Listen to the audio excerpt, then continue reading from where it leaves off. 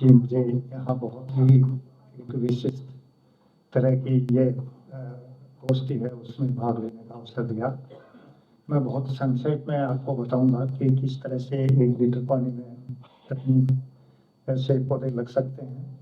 बहुत अच्छी बात कही राठौर साहब ने कि जो भी विकास होता है तो उसमें कुछ ये नहीं देखा जाता कि आगे क्या इसका इम्पैक्ट होगा, लेकिन मैंने कोशिश की है कि दो बातों की कोशिश की है कि एक तो हमारे पास रिसोर्सेज क्या है, लोकल रिसोर्सेज, उसका उपयोग करें, कोई बाहरी इनपुट नहीं डालें।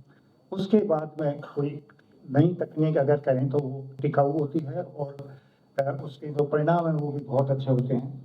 1 लीटर पानी वाली तकनीक का जो मुख्य जो सिद्धांत है वो ये है कि जैसे जयपुर में 50 सेंटीमीटर बरसात होती है, इसका मतलब ये है कि हर वर्ग मीटर पर 500 लीटर पानी बरसता है और एक पौधा 5 से 10 से 20 वर्ग मीटर जगह घेरता है। तो इसका मतलब है कि 5 से 10,000 लीटर पानी हर वर्ष एक पौधे के चारों ओर गिरता है और ये पानी की मात्रा इतनी ज़्यादा होती है कि हम बाहर से तो दे ही नहीं सकते, लेकिन इसको अगर कंजर्व कर लें तो फिर अलग से पानी की जरूरत नहीं होती। तो इसके लिए हम क्या करते हैं कि पहले ये देखना पड़ता है कि ये पानी जाता कहाँ है। तो ये पानी मुख्य रूप से 2 कारणों से बाहर जाता है। पहला कारण, जो घास उगता है जमीन में, उसमें 1 मीटर की गहराई तक उसकी जड़ें अधिकतम होती है, वो पानी 1 महीने में ही बाहर आ जाता है। दूसरा कारण यह है कि जो भूमिगत जल में जो नमी होती है उसकी थोड़ा हिस्सा वाष्प बनता है। बाहर जब वो वाष्प निकलती है तो एक सुराख का रूप लेती हुई आती है और उस सुराख से बहुत गहराई का पानी भी बाहर आ जाता है। तो दोनों कारणों को हटा दें तो फिर वो पानी जमीन में ही रहेगा। इसलिए हम क्या करते हैं कि जिस खेत में हमें पौधा लगाना है, एक पर्टिकुलर पौधा नहीं लगेगा, ब्लॉक में लगेंगे 10, 20, 30, 50 कितने ही ज़्यादा हो। तो जिस खेत में हमें पौधे लगाना है उसमें एक गहरी जुताई करते हैं। उस समय जब पहला मानसून बरसता है उसमें घास उग जाता है, और दूसरी जुताई हम उस समय करते हैं जब मानसून के अंतिम मानसून बरसता है सितंबर में, उस समय एक गहरी जुताई और करते हैं। तो उससे कैपेसिटी भी वो जो ब्रेक हो जाती है और घास भी खत्म हो जाता है। उसके बाद में एक छोटा सा गड्ढा खोदते हैं, 4 या 5 इंच लंबा चौड़ा लेकिन 1.5 फीट गहरा गड्ढा, और उस गहरे गड्ढे में जब हम पौधा लगाते हैं तो नीचे का हिस्सा 1 फीट पौधा लगाने में कवर हो जाता है, बाकी 6 इंच जो बचती है उसमें 1 लीटर पानी डाल देते हैं। केवल अगले मानसून तक हमें निराई गुड़ाई करते रहना है हर 3 महीने बाद में, ताकि कोई घास वो खत्म हो जाए और कैपेसिटी ऊपर से जो है वो ब्रेक नहीं हो। पौधे हमने लगाते हैं और लगाने के बाद में सर्दियों से बचाव करते हैं। नेक्स्ट आप ये देखिए 3 महीने के पौधे हैं, ये 1 साल के पौधे हैं, नेक्स्ट ये 1.5 साल के पौधे हैं। आप सर्वाइवल रेट देखिए, इनकी हरियाली देखिए, मतलब कोई ऐसा नहीं है कि पौधे को पानी की आवश्यकता होती है। नेक्स्ट ये आप देखिए 2 साल के पौधे शीशम के हैं, ये अलग अलग जगह हैं। 5 साल के अरडू के पौधे हैं और ये चारे में बहुत अच्छा काम आता है। आज तो इंडस्ट्री में भी ये इंडस्ट्री का भी पौधा हो गया। ये रोइडा कहीं नहीं लगता है ऐसा कहते हैं, लेकिन इस टेक्निक से 7 8 साल के पौधे हैं। आप ये देखिए इनकी बढ़वार कितनी शानदार है। रोइडा और खेजड़ी 2 ऐसे पौधे हैं जो सबसे कीमती हैं, और इसके साथ में कुछ ऐसे पौधे, खेजड़ी का तो सब जानते हैं, सहजन के पौधे भी 1 लीटर पानी में लग सकते हैं और उनसे अच्छी आमदनी हो सकती है। नेक्स्ट हमने तो आंवला भी 1 लीटर पानी में लगाया है, और ये भी क्योंकि मैंने बताया एक पौधे के चारों ओर अगर 5 से 10,000 लीटर पानी हर साल आता है तो फिर अलग से ये देसी बेर है। देसी बेर भी आजकल अच्छी कीमत मिलती है उनकी। तो रोजगार, आमदनी, पर्यावरण, ये सब चीजें एक साथ इसमें होती हैं। शीशम के पौधे हैं ये 6 साल आप देखिए कितने, ये शुरू में लगाए हुए। ये फॉरेस्ट डिपार्टमेंट और अधिकारी का नहीं, ये मिक्स प्लांटेशन है, ये किसान के खेत का प्लांटेशन है। नेक्स्ट ये नीम के तो पेड़ हैं, जोधपुर में है। 1 लीटर पानी से एक स्कूल में सलावास गांव में वहां लगाए थे और 10 साल के पौधे हैं। आप देखिए मतलब कितना अच्छा हरियाली होती है, कितनी अच्छी इसमें भेड़ें चल रही है, ऊपर की पत्तियां गिर रही हैं, चारा भी मिलता है। आड़ू के पौधे हैं 1.5 साल के एक गौशाला में। एग्रो फॉरेस्ट्री सिस्टम में आप देखो उस जो आंवला था उसके नीचे मूंग की फसल है, बाकी रोयड़ा और आड़ू के साथ में बाजरे की फसल है। एग्रो फॉरेस्ट्री सिस्टम आगे आने वाली जो समय है उसमें एग्रो फॉरेस्ट्री सिस्टम सबसे महत्वपूर्ण रोल अदा करेगा।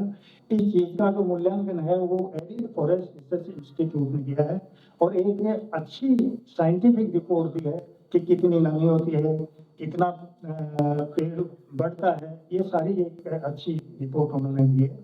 नेक्स्ट, ये अलग अलग अब तक लगभग 1.5 लाख के आसपास हम पौधे लगा चुके हैं और जब पुरस्कार मिला तो लोगों का ध्यान आकर्षित हुआ कि क्यों मिला, तो 1 लीटर पानी की तकनीक पर मिला है। तो संस्थाएं सामने आई और हम पिछले पुरस्कार के पहले 25 सालों में 50,000 पौधे लगाए थे, अब हर साल 50,000 पौधे लगा रहे हैं।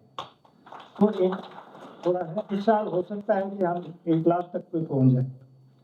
और आप ये देखिए एनवायरमेंट के दृष्टि से, मतलब इतने पेड़ लगाए हैं तो कितना पानी बचता है, कितनी ऑक्सीजन इसमें एनुअली आती है और कितनी कार्बन डाइऑक्साइड अवशोषित होती है और मतलब एरिया कितना है वो मतलब हरियाली में बदलता है।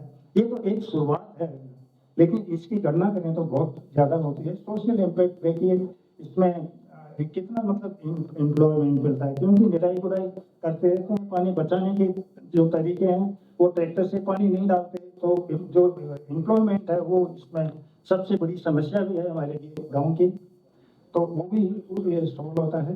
नेक्स्ट, और इकोनॉमिक मैंने थोड़ा थोड़ा इनका वो जोड़ा है कि अगर फोडर इतने पौधों की हो तो वो कितने हो, अगर उसमें जैसे बेल खेत या आंवला फ्रूट हो तो वो कि इतने पेड़ों से कितना होगा, अगर टिम्बर हो शीशम रोयड़ा हो तो इतने पेड़ों से मतलब कितने साल में कितना होगा।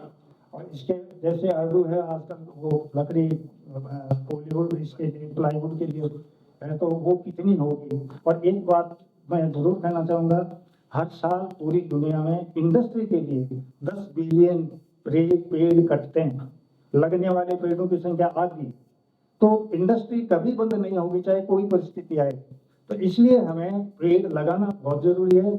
और जब 1 लीटर से रेगिस्तान हरा भरा हो सकता है तो इससे अच्छी क्या तकनीक हो सकती है। नेक्स्ट, हमने कहीं भी रेगिस्तान में अगर बगीचा लगाएं और उसके बीच में मल्चिंग का प्रयोग करें तो थोड़ी सी बरसात में पानी बहने लग जाता है और 1 हेक्टेयर के बगीचे से सिक्कर की परिस्थिति में जहाँ 40 सेंटीमीटर बरसात होती है वहाँ 20 लाख लीटर पानी 1 हेक्टेयर से इकट्ठा कर सकते हैं। हम हिमालय का पानी लाते हैं, योजना बनती है, लेकिन खेत को नहीं पूछते कि तुम्हारी भी कोई योजना बन सकती है। तो इसलिए हमें जो लोकल रिसोर्सेज है वहीं से सारे वो करना चाहिए। जैसा कि उन्होंने कहा 700 वैरायटियाँ अधिक ये देशी मतलब फसलों की है, राजस्थान की मुख्य फसलों की। नेक्स्ट, इसमें ये बहुत अच्छी अच्छी वैरायटियाँ छांट कर इनका करेक्टराइजेशन किया, सबको जीन बैंक में जमा करवाया और कुछ वैरायटियाँ रिलीज की जो भारत सरकार द्वारा मान्यता प्राप्त है, इनको टेस्टेड है। नेक्स्ट, ये गंवार की वैरायटी है, पूरे इंडिया में हाईएस्ट गम कंटेंट है। देसी कपास की वैरायटी है जिसमें कभी पानी की जरूरत नहीं है। सरसों की वैरायटी है जिसमें 44% तक तेल है। कोई वैरायटी नहीं है अभी तक रिलीज, ये देसी वैरायटी है। मिर्च की वैरायटी ऐसी है कि पूरी इंडिया में हाईएस्ट कलर वैल्यू है इसकी, मतलब ये हमारे पास लोकल देसी चीजें हैं। नेक्स्ट, डॉक्टर स्वामीनाथन साहब ने इस टेक्निक को देखा था और कई देश की कई प्रदर्शनियों में हिस्सा लिया है और कई राष्ट्रपति भवन में 3 बार जाने का मौका मिला है, वहाँ भी इस प्रदर्शनी को किया गया है। नेक्स्ट, और कई पुरस्कार वगैरह मिले। नेक्स्ट, और विदेशों में भी जाने का मौका मिला है, कनाडा में FAO का रोम में और world intellectual property organisation Geneva में। तो इस तरह से इन सब बातों को देखते हुए पुरस्कार मिला था।